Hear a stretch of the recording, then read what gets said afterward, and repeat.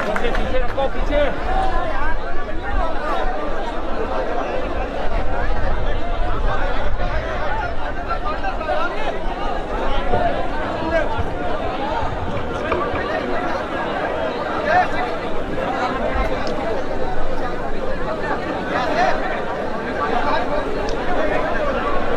औज़ुबिल्लाहि मिनश्शैतानिर्रजीम। बिस्मिल्लाहिर्रहमानिर्रहीम। अस्सलामु अलैकुम वरहमतुल्लाहि वबरकातुहू।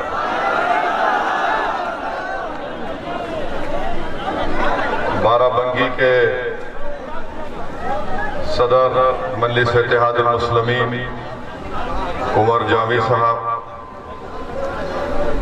अब्दुल्ला हुसैन साहब, फैज चौधरी साहब, फारूक हसन साहब, सज्जाद हुसैन साहब, आसिफ उस्मानी साहब, फैसल मलिक साहब, मोअज़्ज़िज़ हाज़रीन इकराम और मंच और डाइस पर बैठे हुए हमारी इज़्ज़तदार और माँ और बहनों,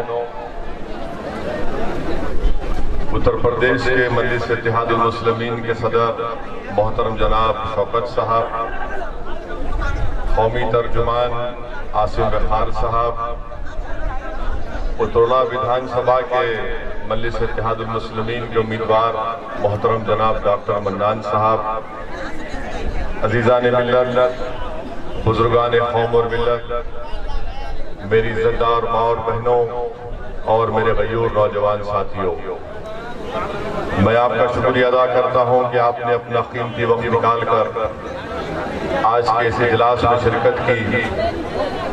और मुझे इस बात का अंदाज़ा है कि इस तरह के इजलास को मुनक़्क़िद करने का बेहतर वक्त है 3 और 5 के दरमियान में। मगर मैं आपसे माजरत चाहता हूँ कि मुझे मेरी वापसी का प्रोग्राम इस तरह बना कि हमको आपको जहमत देना पड़ा, मगर आपका बेहद शुक्रिया कि आपने अपना कीमती वक्त निकाल कर आज के इस मीटिंग में शिरकत की। मैं शुक्रगुजार हूँ आप तमाम का कि आपने जिला परिषद के चुनाव में मजलिस इत्तेहादुल मुस्लिमीन के उम्मीदवार के हक में अपना वोट देकर उनको कामयाब किया। ये और बात है कि जिसको आपने कामयाब किया उसने वफादारी की को निभा नहीं सका।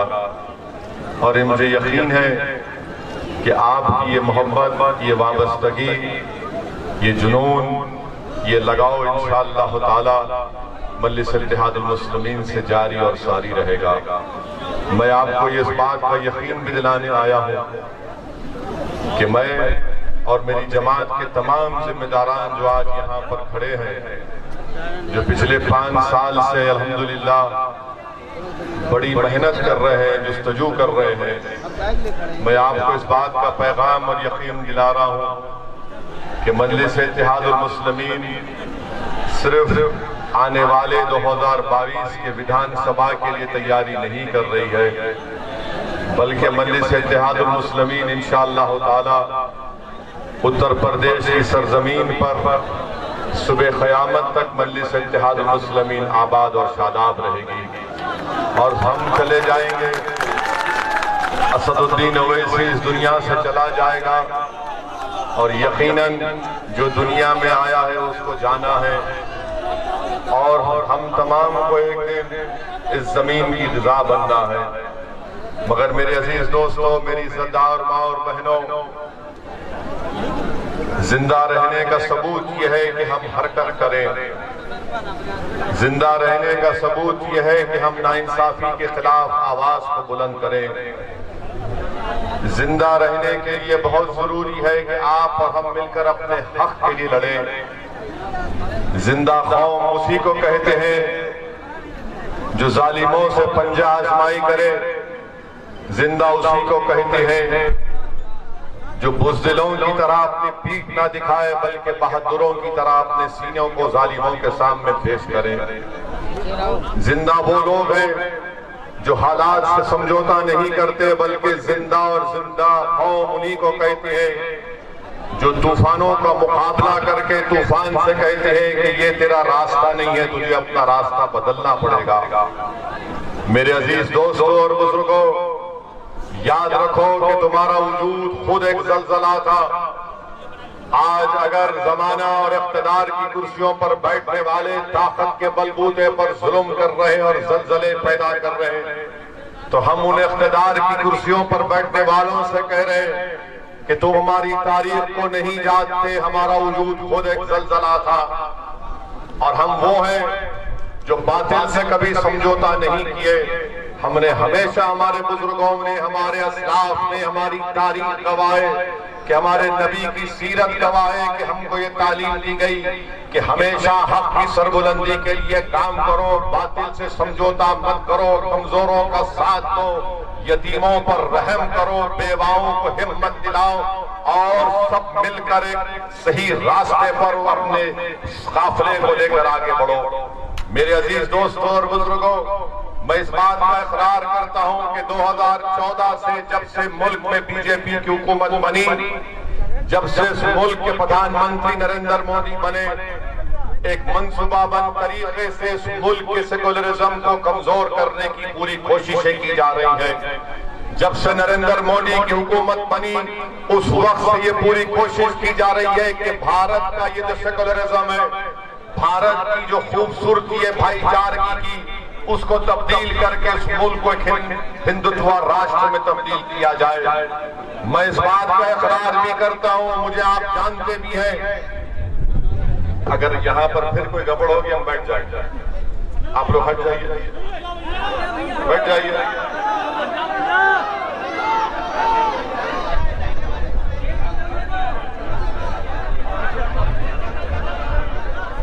2014 से हम देख रहे हैं कि कभी कभार लिंचिंग के नाम पर खास तौर से मुस्लिम और दलितों को निशाना बनाया जाता है। हमने देखा कि जब इखलाक को मारा गया था यही उत्तर प्रदेश में, मुझे अच्छी तरह याद है कि मैं और जनाब शौकत साहब इखलाक के घर को मिलने गए थे। मेरी आंखों में आज भी इखलाक की मां की मायूसी है कि कैसे उसके घर में घुसकर उसी के घर के आंगन में उसको पीट पीट कर खत्म कर दिया गया। जमाने ने देखा कि पीलू खान को रोड पर मारा गया, दुनिया ने देखा कि अकबर खान को मारकर उसके जिस्म को जलाकर उसका वीडियो बनाया गया। मुल्क ने देखा, बल्कि सारी दुनिया ने देखा, मीडिया ने दिखाया कि झारखंड में अलीमुद्दीन अंसारी को सरे बाजार पीटा गया। ऐसे कई वाकयात रोनुमा हो रहे और ये करने वाले वीडियो बनाते हैं जो इस मुल्क के सेकुलरिज्म को, इस मुल्क के संविधान को कमजोर करते हैं। इस तरह का वीडियो बनाकर ये पैगाम देना चाहते हैं खास तौर से कमजोर लोगों को, खास तौर से मुस्लिम अक़लियत को और दलितों को कि देखो हम अब ताकत में आ चुके हैं, हम अपनी मनमानी कर सकते हैं। और यही वजह है कि जुल्म करने वालों के खिलाफ कभी कोई एक्शन नहीं लिया जाता। बहुत चीख पुकार होती है तो रस्मी तौर पर उनको गिरफ्तार करके 24 घंटे में उनको बेल दी जाती है। इसकी मिसाल यह है कि पार्लियामेंट के 200 गज के फासले पर ये तमाम आरएसएस की जहनियत रखने वाले लोग एक धरना देते जंतर मंतर पर और वहां पर एक नारा लगाते हैं कि काट दो मुद्दों को, गड़बड़ होती है, हम बयान देते हैं, मजलिस एहतजाज करती है तो रस्मी तौर पर दिल्ली की पुलिस उनको गिरफ्तार करती है और 24 घंटे के अंदर उनको बेल दी जाती है। आपने देखा कि पार्लियामेंट में CAA का कानून बनने के बाद उत्तर प्रदेश में एहतजाज हुआ तो 22 मुस्लिम नौजवानों को गोली मारकर उनकी जान ले ली गई। लखनऊ से लेकर रामपुर से लेकर हर जगह पर 22 लोगों की जानें चले गई पुलिस फायरिंग में और उनको गोली लगती है, पैर पर नहीं सीने पर, सर पर गोली लगती है। ये मैं नहीं कह रहा हूं, सुप्रीम कोर्ट के रिटायर्ड जस्टिस सुदर्शन रेड्डी और दिल्ली हाई कोर्ट के जस्टिस AP शाह की रिपोर्ट कहती है कि मुसलमानों को टारगेट किया गया गोली मारकर। मैं आपको बताने आया हूं कि जब इस तरह का जुल्म होता तो क्या कोई सेकुलर जो अपने आप को सेकुलर पार्टी कही गई, ये जुल्म इसलिए हो रहा है क्योंकि मोदी वजीर आजम है। ये जुल्म करने वाले जानते हैं कि मोदी उनके साथ है। ये जुल्म करने वाले जानते हैं कि बीजेपी की सरकार उनको खामोशी से पीछे दरवाजे से उनकी मदद कर देगी। मगर जहां पर ये जुल्म होता है जो भारत के संविधान के खिलाफ है, जो भारत को कमजोर करने की एक साजिश है, ये नाम निहाल सेक्युलर पार्टी कोई आवाज नहीं उठाती। चाहे वो समाजवादी हो, चाहे वो बीएसपी हो, या फिर ये पुरानी कांग्रेस पार्टी हो, इनकी जबानों पर ताला लग चुका है। कुछ नहीं कहते। CAA का कानून आया तो आवाज नहीं उठाए। ट्रिपल तलाक का कानून लाया गया पार्लियामेंट में, कौन खोलकर बताया कि ट्रिपल तलाक का कानून जो नरेंद्र मोदी बना रहे वो भारत के संविधान के खिलाफ है। नरेंद्र मोदी बड़ा दावा किए कि मैं मुस्लिम महिलाएं मेरी बहनें हैं, मैं अपनी बहनों को इंसाफ दिलाना चाह रहा हूं। किसके पार्लियामेंट में खड़े होकर कहा कि भारत में यकीनन महिलाओं से नाइंसाफी होती है, मगर नाइंसाफी उन लोगों से भी होती है जो शादी कर अपनी बीवी को छोड़ देते और अपने घर में नहीं रहते। मैंने फिगर पेश किए हुकूमत के, भारत सरकार को कहती है कि 33 लाख से ज्यादा ऐसे महिलाएं शादीशुदा हैं जो शादीशुदा है मगर अपने पति के साथ, अपने हस्बैंड, अपने शौहर के साथ नहीं रहते। जब ये सवाल किया तो बीजेपी चढ़ा हो गई, बोले कैसे इसको संविधान के खिलाफ कर रहे हैं। मैंने उनको याद दिलाया कि सुनो, तुम बड़ी मोहब्बत की बातें कर रहे हो, मेरी गुजरात की भाभी का क्या होगा बताओ। तो फौरन गुस्से में आ गए। आप बताइए, खुलकर क्यों नहीं बोलते भारत की पार्लियामेंट में? हमने संविधान को सामने रखकर कहा कि ये संविधान के खिलाफ है। ट्रिपल तलाक का कानून औरतों पर और जुल्म करेगा, वो छोड़ देगा अपनी बीवी को और भाग जाएगा। ऐसे ही हो रहा है आजकल, ऐसे ही हो रहा है आजकल। और मजीद जुल्म हो रहा है हमारी बहनों के ऊपर, क्योंकि कानून मोदी बनाए और ऐसा कानून बनाए मोदी कि मर्दों को और ताकत दे दिए। कैसे ताकत दे दिए कि अगर कोई मर्द अपनी बीवी को 3 मरतबा तलाक कहता है तो कानून ये कहता है कि तलाक नहीं हुआ। तो मैंने पूछा, जब तलाक नहीं हुआ तो केस किस बुनियाद पर और जेल में किस बुनियाद पर डाल रहे हो? तो मोदी हुकूमत ने कहा कि उसको नहीं बोलना चाहिए। अरे मैंने कहा, जब जुर्म नहीं हुआ तो केस किसका? तो जेल में जाएगा, और जेल में जाएगा तो बेल नहीं होगी, और अगर कोर्ट सजा देगा 2 साल की, तो 2 साल तक हमारी बहन इंतजार करेगी कि जब वो जेल से निकलेगा तो जेल के सामने हमारी बहन खड़े होगी और बैंड बाजा होगा और बाजे वाले गीत गाएंगे कि बहाव बरसाओ मेरा महबूब आया है। 2 साल तक हमारी बहन क्यों सड़ी रहे बदमाश आदमी के साथ, जिसको शरीयत के बारे में कुछ नहीं मालूम, जिसको औरतों के हुकूक के बारे में कुछ नहीं मालूम। अब क्या कर रहा है ये मर्द? कुछ नहीं बोल रहा, घर से अपनी बीवी को निकाल रहा और फेंक रहा है। कहां गए मोदी? कहां गए ये तमाम बड़े बड़े बुलंद दावे करने वाले जो टीवी पर बैठकर ये मोदी की चमचागिरी करने वाले लोग, जो महिलाओं को बिठाकर बोलते देखो इनके जुल्म और आवाओ ना तुम कहां है। हमने इस कानून के खिलाफ कहा। मैं सलाम करता हूं हमारी मां और बहनों को जिन्होंने पूरे मुल्क में पूरे मुस्लिम महिलाओं ने उस कानून के खिलाफ 8 करोड़ से ज्यादा महिलाओं ने दस्तखत करके प्रधानमंत्री वजीर आजम से कहा हम इस कानून को रिजेक्ट करते हैं। एक और कानून बनाया गया, CAA का कानून, शहरियत का कानून, मजहब की बुनियाद पर बनाया गया। हमने कहा ये बाबा साहब अम्बेडकर के बना हुए संविधान के खिलाफ। पूछिए इन लोगों से, ये समाजवादी BSP से कानून की मुखालिफत कैसे करते ये लोग? अखिलेश यादव तकरीर कर रहे हैं CAA के कानून के ऊपर और बोल रहे हैं कि मैंने लखनऊ हाईवे बना उस पर जेट उतार दिया। पार्लियामेंट में बहस हो रही है शहरियत के कानून पर और मोहतरम अपनी रोड का जिक्र कर रहे हैं। ये इनका रवैया किसने कहा कि यह कानून संविधान के खिलाफ है? संविधान में मजहब की बुनियाद पर कानून नहीं बनाया जा सकता। किसने पूरी पार्लियामेंट में मोदी के 300 MP के सामने हमने इस कानून को बताया काला कानून है?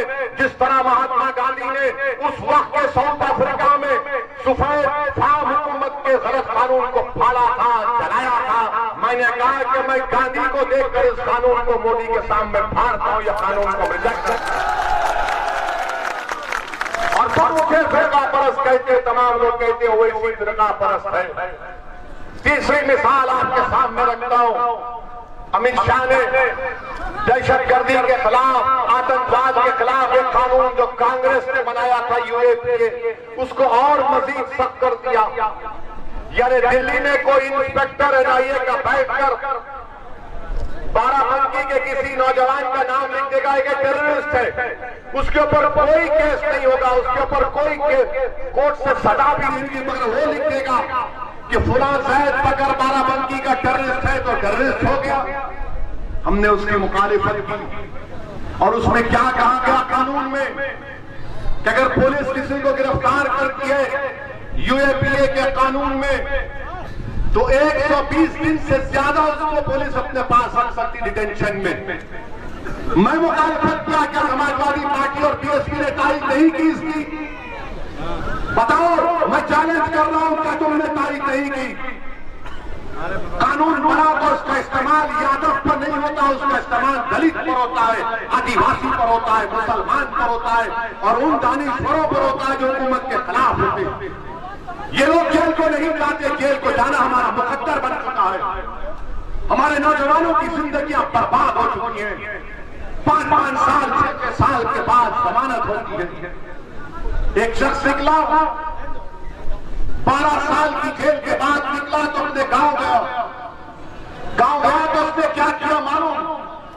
जब 12 साल की जेल के बाद कोर्ट ने उसको बरी किया इसी कानून में, इस मनूस कानून में, तो उसने लोगों से पूछा अम्मा की खबर कहां है? मुझे मालूम हुआ कि मेरी अम्मा मर गई। अम्मा की खबर पर जाकर लेट कर रोया, कहा कि अम्मा मैं जब गांव को आता था वापस तू मुझे अपने गले से लगाती और अपने हाथ से पका हुआ खाना खिलाती। आज मैं तेरी खबर पर आकर रो रहा हूं। क्या सबको ने बीएसपी ने कानून की तारीख नहीं की? पूछो इनसे आप। आज तुमको सबक नहीं रहो, इसी बुरा नजर आता है। यकीनन मैं कोई अच्छा इंसान नहीं हूं, मुझमें बहुत है, मैं अल्लाह जानता है मुझमें क्या है, मगर इतना तो ऐप नहीं है मुझमें, इतना तो गंदा नहीं हूं कि वक्त के हुक्मरानों के सामने खड़े होकर सच्चाई को बयान करना। ये मेरे बुजुर्गों ने मुझे सिखाया, जो ये नहीं बयान कर सकते सपा और बीएसपी वाले। ये मिले हुए थे, मांडी की तारीख की सपा ने, बीएसपी ने यूएपीए के कानून में तारीफ की और उस कानून में आज भी आप देखिए जेल में सड़ने वाले मुसलमान, दलित और आदिवासी, और आज हमको आकर कहते हैं अज़ा हो रहा माशाअल्लाह।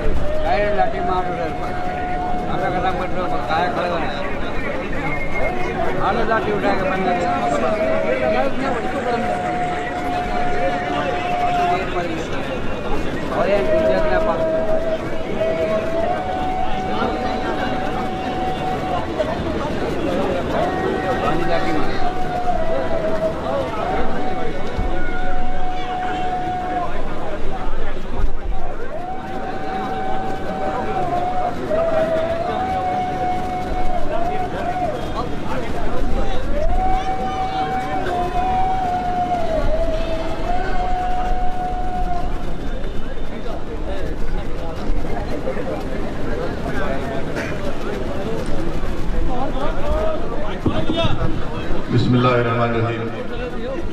अल्हम्दुलिल्लाह, अज़ा के लिए बहुत सा वक्फा दिया गया। हमने मस्जिद से अज़ा सुनी। क्या हुआ था बाराबंकी में इसी साल 17 मई को बाराबंकी में 100 साल पुरानी मस्जिद को शहीद कर दिया गया था ना। मार्च 17-20 को उस वक्त के एसडीएम जो अभी प्रमोशन पर सीडीओ बन चुके हैं, उन्होंने मार्च से लोगों को, अवाम को मस्जिद में नमाज अदा करने से रोक दिया। करीब 50-60 लोगों पर मुकदमा आयद किया, जेल को भिजाया, NSA लगाया और फिर मई 17 को योगी सरकार ने नरेंद्र मोदी की ताईद से बाराबंकी की मस्जिद को शहीद किया। उसको मैं कहता हूं अंग्रेजी में पॉलिटिकल डिमोलिशन था। उस वक्त दिल्ली में यह खबर चल रही थी कि शायद योगी को हटाया जाएगा, तो योगी ने गर्मी पैदा करने के लिए अपने ऑफिसर से कहा कि तोड़ दो मस्जिद को, बाराबंकी की जो 100 साल पुरानी मस्जिद थी। किसने आवाज उठाई उसके बारे में? किसने मीडिया के सामने जाकर, आवाम के दरमियान में जाकर कहा कि ये मस्जिद है, इसको शहीद नहीं करना चाहिए था? कौन आवाज उठाया? क्या ये बीएसपी सपा के लोगों ने आवाज उठाई? क्या उन्होंने कहा कि हम चलेंगे, चलकर मस्जिद को आबाद करेंगे? मेरे अजीज दोस्तों और बुजुर्गों, 100 साल पुरानी मस्जिद को एसडीएम ने कहकर कह दिया कि इलीगल स्ट्रक्चर है, गैर कानूनी तौर पर इसको बनाया गया।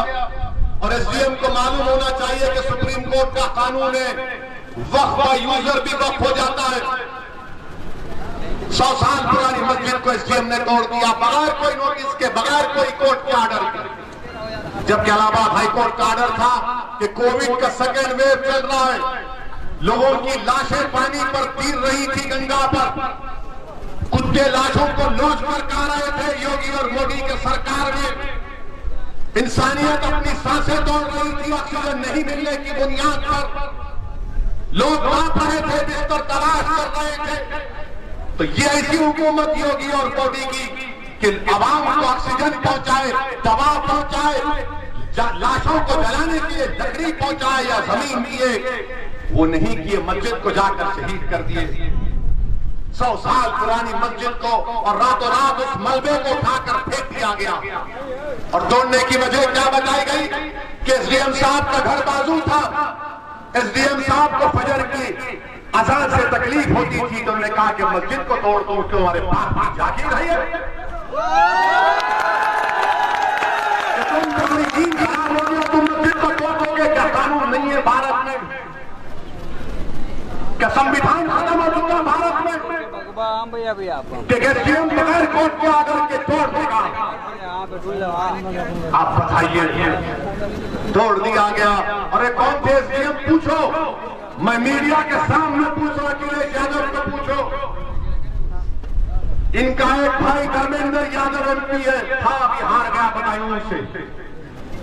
मेरे सामने पार्लियामेंट में धर्मेंद्र यादव ने ये जो एसडीएम की मौजूदगी में बदायूं की मस्जिद को शहीद किया गया, धर्मेंद्र यादव ने उसकी शादी में शिरकत की थी।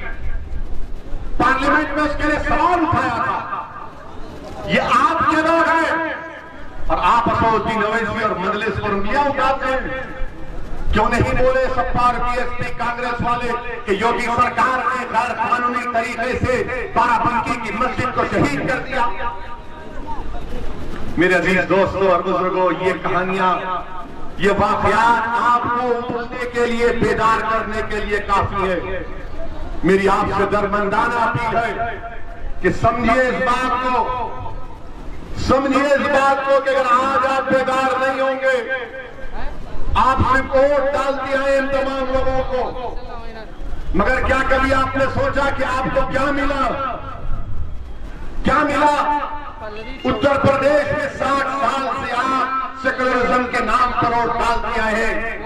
मैं सेकुलरिज्म के खिलाफ नहीं हूं, मैं उस सेकुलरिज्म के खिलाफ हूं जो पॉलिटिकल सेकुलरिज्म, जो सियासी सेकुलरिज्म है।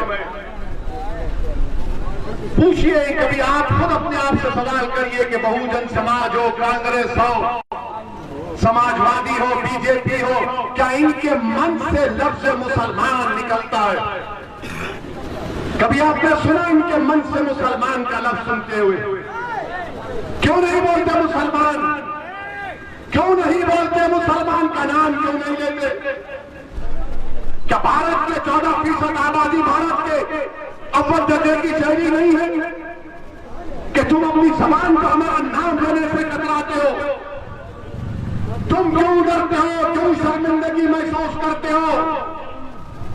ये सवाल मेरा बीजेपी से भी है, सपा से भी है, बीएसपी से भी है।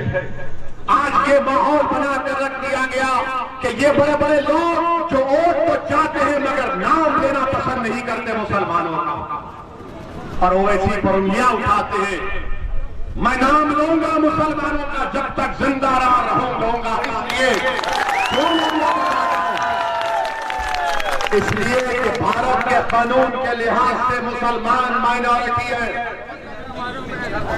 भारत के संविधान आर्टिकल 29 और 30, 29 और 30 के मुताबिक अक़लियतों को हुकूक दिए गए जिसमें मुसलमान शामिल है, मगर ये लोग कुछ आवाज नहीं उठाएंगे, खामोश बैठे रहेंगे।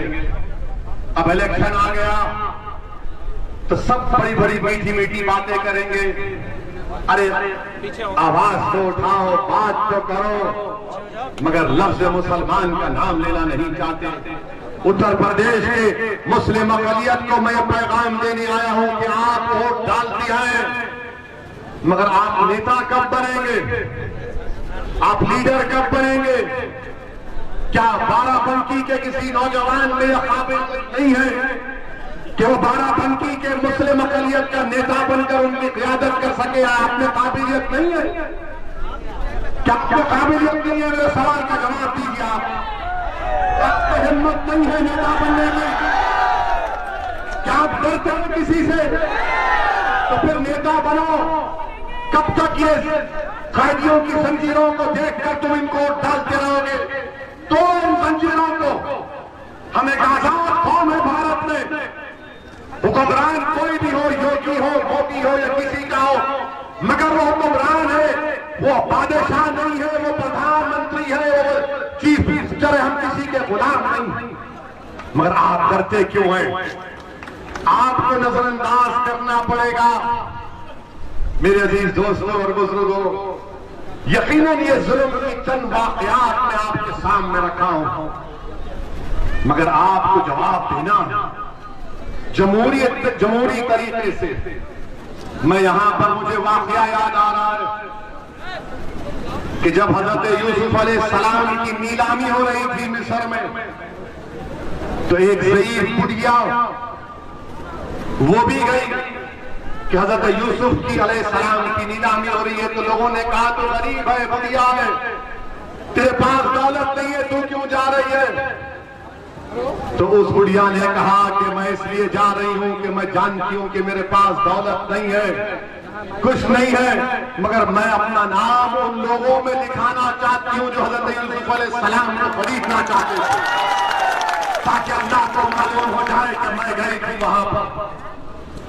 आज हम पर जमीन तंग कर दी जाती है महबूब सिंह के नाम पर, रखवान को जलाया गया आग में, तो मुझे हजरत इब्राहिम अलैहिस्सलाम ने जो नमरूद ने आपके लिए आग तैयार की थी, वो आग आसमानों को छू रही थी, और एक चिड़िया थी जिसने अपने तमाम चिड़ियों से कहा कि चलो हम अपनी चोंच में पानी लेकर उस नमरूद की आग को बुझाते हैं।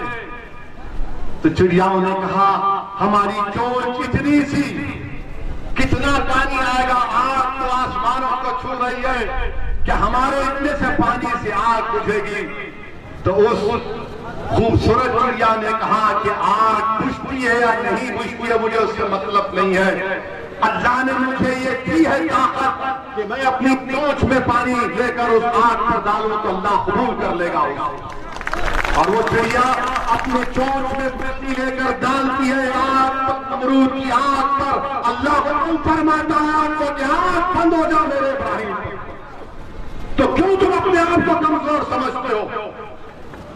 जब एक चिड़िया अपने चोंच में पानी लेकर आग पर डालती है, और अगर अल्लाह राजी होगा तो इंशाअल्लाह ताला ये जालिमों के दरबार, इनके चराग, इनकी आग सब बुझ जाएगी इंशाअल्लाह। मगर याद रखो तुमको और हमको कोशिश करना पड़ेगा, कदम उठाना पड़ेगा, चलना पड़ेगा, जिद्दोजहद करना पड़ेगा, इशार और कुर्बानी के मज़ारे पेश करना पड़ेगा। अपने खरीद दर को आने मत दीजिए। भारत का संविधान आपको अपनी आवाज उठाने की इजाजत देता है। वो संविधान जिसको बाबा साहिब अम्बेडकर ने बनाया था। मेरी इज्जतदार मां और बहनों, मेरे बुजुर्गों, मेरे गयूर नौजवान साथियों, असदुद्दीन ओवैसी आपको एक पैगाम देने आया है कि आप अपनी जमात को मजबूत करिए। मैं चार मीनार की गलियों से निकलकर बाराबंकी के इन गलियों में आया हूं, तो मेरा आने का मकसद अपनी शोहरत या अपनी अना की तस्कीन नहीं है। मेरे आने का बुनियादी मकसद यह है कि आप नेता बने, आपकी सियासी क़ियादत बने, आप लीडर बने, आपकी लीडरशिप बने, ताकि कल कोई जाकर किसी मस्जिद को बगैर किसी वजह के, कानूनी वजह के शहीद ना कर दे। अगर आपकी आवाज होगी, आपका नुमाइंदा होगा, तो आपके नाइंसाफियों के दौर का खात्मा होगा। छोड़िए इन लोगों की इन बातों को। ये बार बार इल्जाम लगाते हैं समाजवादी के, बीएसपी के लोग, मगर मैं आपको बताना जरूरी समझता हूं कि औरंगाबाद महाराष्ट्र से मजलिस का एमपी जीता संसद में, किसने हराया उसको? शिवसेना के एमपी को मजलिस के उम्मीदवार इम्तियाज जलील साहब ने 21 साल के शिवसेना के एमपी को मजलिस ने हराया। सारी दुनिया कह रही थी नहीं हरा सकते, मगर औरंगाबाद का मजलिस का जुनूनी कह रहा था कि अभी तो जंग शुरू हुई है, नतीजा अल्लाह के हाथ में, हम पूरी कोशिश करेंगे। और पूर्व ने मेहनत की। इम्तियाज जलील ने शिवसेना के 21 साल के एमपी को हराया। कांग्रेस नहीं हरा पाई वहां पर, समाजवादी पार्टी नहीं हरा पाई वहां पर, बहुजन समाज नहीं हरा पाई। बिहार का इलेक्शन हम लड़े, फिर शुरू हो गए। ये तमाम लोग जिनको मैं खव्वाल पार्टी कहता हूं, ये खव्वाल पार्टी अपना हारमोनियम, गिटार, तबला लेकर आओ रात में बोलते हैं वो इसी मुसलमानों के वोट को ले लेगा। क्या मोदी वोट को नहीं ले रहे हैं? क्या योगी हिंदू वोट को नहीं ले रहे हैं? क्या समाजवादी पार्टी हिंदू वोट को नहीं ले रहे हैं? समाजवादी से पूछेंगे तो बोलेंगे हम यादव वोट को लेते हैं। तो यादव क्या मुसलमान है या हिंदू है? लेते हैं ना वोट, इसीलिए तो जीते हैं ना यहां पर। ये मैं नहीं कह रहा हूं, दिल्ली में एक ऑर्गेनाइजेशन है CSTS। हमारे मीडिया के लोग सोच रहे होंगे कि मसाला मिल गया 6 बजे से इसकी शादी करेंगे। वैसे तुम नहीं कर सकते, मैं एक में परेशान हूं। अब जा रहा हूं, इंतजार में बैठे हैं, 3 दिन का हिसाब देना है हमको। मगर मीडिया के हर मसाला मिल गया। अरे मगर डेटा तो यही बोलता है ना प्यारे, डेटा तो यही बोलता है कि 2019 के चुनाव में बीजेपी एनडीए को 50% हिंदुओं को मिला। कितना मिला? डरो मत बोलो, डरो मत बोलो। और उत्तर प्रदेश के चुनाव में बीएसपी और सपा मिलकर लड़े, तुमने वोट दिया उनको, शर्मा ने हाथ उठाकर वोट दिया। कितने मुसलमानों ने वोट दिया सपा बीएसपी को मालूम आपको? 75% दिया। और उत्तर प्रदेश के हमारे भाइयों ने कितना वोट दिया मोदी को मालूम आपको? 51%, 50%। तब कौन जीता? बीजेपी कैसे जीती यहां पर? मैं तो नहीं था ना मेरे पास जिन्नात है कि तुमको जाकर बोले ऐसा करो। सोचो, आपकी हंसी का हंसाने के लिए नहीं कह रहा हूं, आपको हकीकत बयान कर रहा हूं। अब इलेक्शन असेंबली का विधानसभा लड़ रहे तो तमाम सेकुलर, ये अपने आप को सेकुलर बोलते, सेकुलर नहीं है, ये आरएसएस की टीम है तमाम के तमाम। ये क्या कह रहे हैं? वोट आएगा तो मुसलमान वोट ले लेगा।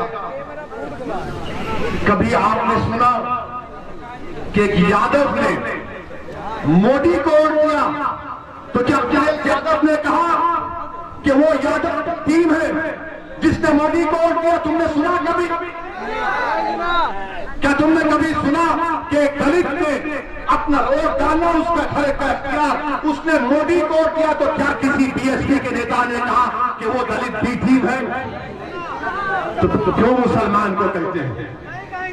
क्यों मेरा नाम क्यों कहते?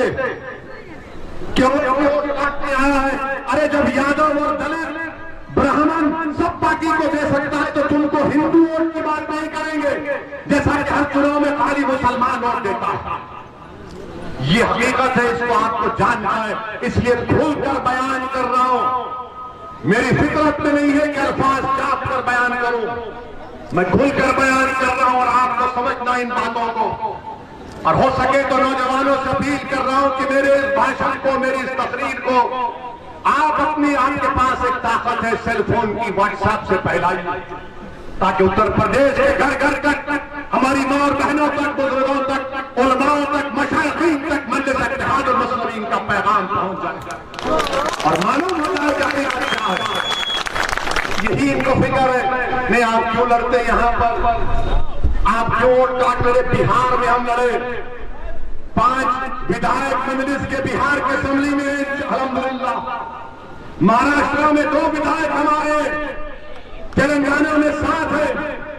तो एक समाजवादी पार्टी से करीब एक जर्नलिस्ट है, वो हमसे उलझ गए, उनको खुजली हुई तो प्रेस कॉन्फ्रेंस में पूछी, आपने बिहार में वोट काट दिया? हमने पूछा, बताइए, आप तो बड़े विद्वान है ना? बोले हाँ है। हमने कहा कितने सीट लड़े बिहार में? हमने तो बोले 60-70 लड़े। बोला तुम झूठे हो। बोले आप मीडिया को कह रहे हैं? हाँ, तुम झूठ बोले तो झूठा बोलेंगे तुमको, और ज्यादा बोलेंगे तो बोलेंगे, झूठ बोले तो कौवा काटे तुमको काला। हमने सिर्फ 20 सीट लड़ी, 20 में 5 पर हमारे विधायक बने, 9 पर आरजेडी कांग्रेस के बने हमारे खिलाफ, और 6 पर एनडीए बीजेपी नीतीश कुमार के बने। आज हमारे विधायक असेंबली में जानते हैं तो बिहार की असेंबली थर-थर कांपती है कि मजलिस के दीवाने आ रहे हैं बोलने। लोग बोलते हैं कि तुम्हारे 7 सीटें तेलंगाना में क्या किए, तुम क्या कर लोगे, तुम तो मंत्री नहीं बनोगे। 70 साल से मुसलमानों को ये कह करो किया कि मुझे मंत्री बना दिया जाएगा, मगर वो मंत्री तो बना, तुमको संतरी की भी नौकरी नहीं मिली। वो मंत्री तो बन गया, हम मंत्री बनना नहीं चाहते, हम लड़ने वाले हैं, लड़ना चाहते हैं। हम आपका हुकूक, आपका हक दिलाना चाहते हैं जो भारत के संविधान ने सबको दिया है। हम बराबरी चाहते हैं, हम हिस्सा चाहते हैं, हिस्सेदारी चाहते हैं। अगर 11% के तरफ मुख्यमंत्री बना सकते हैं तो क्या 19% मुसलमान अपने 19 के मेरे मजलिस के नहीं कामयाब कर सकते? मैं पैगाम दिया उत्तर प्रदेश के 19% मुसलमानों को। अगर 11% यादव मुलायम सिंह यादव को, अखिलेश यादव को अपना मुख्यमंत्री बनाए, तो क्या इस आने वाले चुनाव में 19% मुसलमान क्या मजलिस के मेले को कामयाब नहीं कर सकते? करेंगे इंशाअल्लाह। आपने सबको साथ दिया, मगर क्या मिला? कल तक आपके पास कोई अल्टरनेट नहीं था, कोई मुतबादिल नहीं था। जो मुतबादिल मजलिस इत्तेहाद मुस्लिमीन। हमसे मीडिया के लोग बार बार पूछते, अगर आपसे ये सेकुलर पार्टी के लोग बात करेंगे तो आप बात करेंगे? हम बोले बराबर बात करेंगे। बात करने में क्या नुकसान है? मगर वो बात नहीं करना चाहते। अगर बात करना चाहते तो बात करेंगे, मगर ऐसा नहीं होगा। असदुद्दीन ओवैसी अगर किसी नेताओं से मिलेगा तो खड़े होकर नहीं बात करेगा। टेबल होगा, 2 कुर्सी होंगे, एक कुर्सी पे वो बैठेंगे, दूसरी कुर्सी पे हम बैठेंगे। बात करेंगे। वो दौर खत्म हो गया गुलामी का, वो दौर खत्म हो गया आंख से आंख नहीं मिलाने का, वो दौर खत्म हो गया सर को झुकाने का, वो दौर खत्म हो गया कि चप्पल को उनके घर के टेरिस पर छोड़ कर आने का, चप्पल पहन कर तुम्हारे घर में जाना। ये मजलिस इत्तेहाद मुस्लिमीन का मिजाज है, और इस मिजाज को आपको अपने अपने अंदर पैदा करना पड़ेगा। मेरे अजीज दोस्तों और बुजुर्गों, मैं आपसे अपील कर रहा हूं कि भारत की जमहूरियत, भारत का संविधान, भारत की भाईचारगी उस वक्त मजबूत होगी जब भारत के मुसलमानों को उनका सियासी हक मिलेगा। जब भारत के मुसलमान अपनी एक सियासी लीडरशिप को बनाएंगे, जब सब समाज के लोग बनाए। क्या योगी आदित्यनाथ ठाकुरों के नेता नहीं है? बाबा है ना, बाबा ठाकुरों के नेता है। ठाकुर ये बोलता है कि बाबा हमारा है। ओबीसी नेता ये कहता है कि मोदी हमारा है। यादव ये कहता है कि अखिलेश हमारा बेटा है। दलित समाज के लोग कहते हैं मायावती बहन जी के कि बहन जी हमारी है। कुर्मी समाज के लोग बोलते हैं कि अनुप्रिया को मिनिस्टर इसलिए बनाया गया कुर्मी होम लेना है। ये सब कर रहे हैं, आप हम देख रहे हैं। अल्लाह की तरफ से मदद कराएगा। तुम नेता बनोगे, मैं नहीं, तुमको नेता बनना है। मैं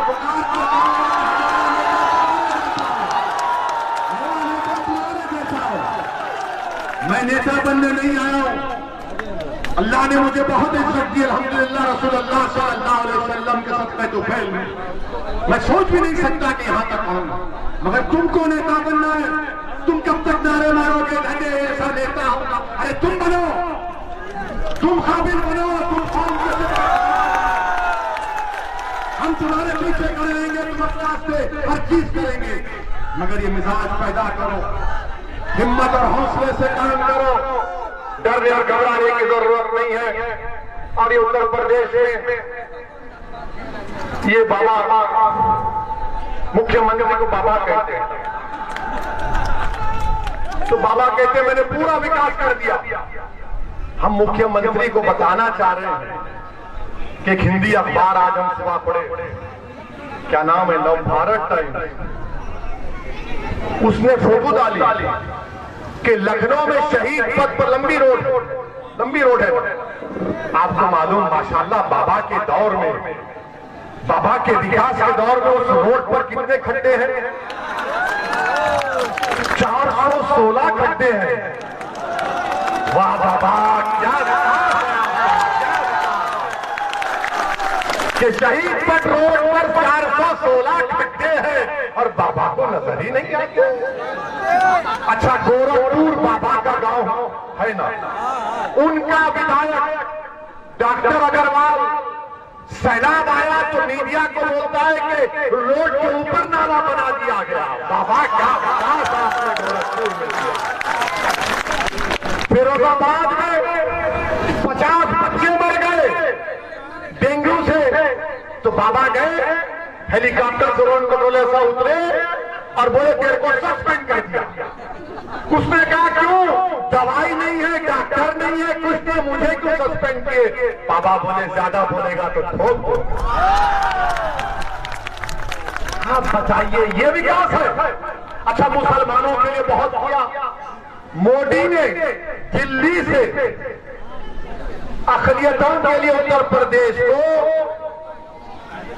6.5 साल में करीब 10,000 करोड़ के करीब जो भी पैसा भिजाया, 10,000, 116, 160, सिर्फ 10% आपने अक़लियतों के लिए खर्चा किया। क्या विकास? ये बार बार बोलते मुसलमानों को अलग नहीं समझते, वो ऐसे करता है धर्म के नाम पर राजनीति। 2017 में हमने पार्लियामेंट में सवाल किया, 6 लाख के करीब घर दिए गए प्रधानमंत्री ग्रामीण में, प्रधानमंत्री आवास योजना ग्रामीण में 6 लाख के करीब घर दिए गए। 2017 में भी 21 है। आपको मालूम उत्तर प्रदेश से कितने मुसलमानों को घर मिले? कितनों घर मिले मालूम आपको? सिर्फ 10। बाबा ने विकास किया, मोदी ने विकास किया, सबका साथ, सबका विश्वास, सबका विश्वास। बस खाली एक टेप रिकॉर्ड करो, सबका साथ, सबका विकास, सबका विश्वास, और फिर गोली मारते। पूरे उत्तर प्रदेश में बाबा के दौर में कितने एनकाउंटर हुए? 6,770 एनकाउंटर हुए। 140 लोग मारे गए। उसमें सबसे ज्यादा मरने वालों की तादाद किसकी थी? 37% मुसलमानों को एनकाउंटर में मार दिया गया। तो बीजेपी के लोग बोलेंगे अगर गुंडागर्दी करेंगे तो गोली मारेंगे, तो फिर पुलिस क्यों है? अदालत क्यों है? संविधान क्यों है? इंडियन पीनल कोड क्यों है? CRPC क्यों है? सबको बंद कर दो। अच्छा, आप ये देखिए, जब ये 37% मुसलमान एनकाउंटर में मारे गए तो कोई पुलिस के खिलाफ एक्शन नहीं लिया गया, और जब लखनऊ में विवेक तिवारी को मारा गया तो पुलिस वाले सस्पेंड हो गए। क्या हमारे खून की कीमत नहीं है? बाबा बताओ कि विवेक तिवारी का खून हमारे से बड़ा है? क्या हमारा खून लाल नहीं है? पूछो बीजेपी से, पूछो विवेक तिवारी को मार दिए तो पुलिस के लोग सस्पेंड हो गए। मेरे अजीज दोस्तों और बुजुर्गों, इसीलिए हम आपसे अपील कर रहे हैं, गुजारिश कर रहे हैं कि मजलिस का साथ दीजिए। आने वाले विधानसभा में पतंग के निशान पर बटन दबाइए और अपनी जमात को कामयाब करिए। ये हम ये बात कहकर आपसे रुखसत हो रहे हैं, फिर से आपसे बात कहकर रुखसत हो रहे हैं। मजलिस इंशाअल्लाह ताला सुबह क़यामत तक उत्तर प्रदेश में रहेगी। आपकी दुआएं और आपके साथ की जरूरत है। आपका बेहद शुक्रिया। अस्सलाम।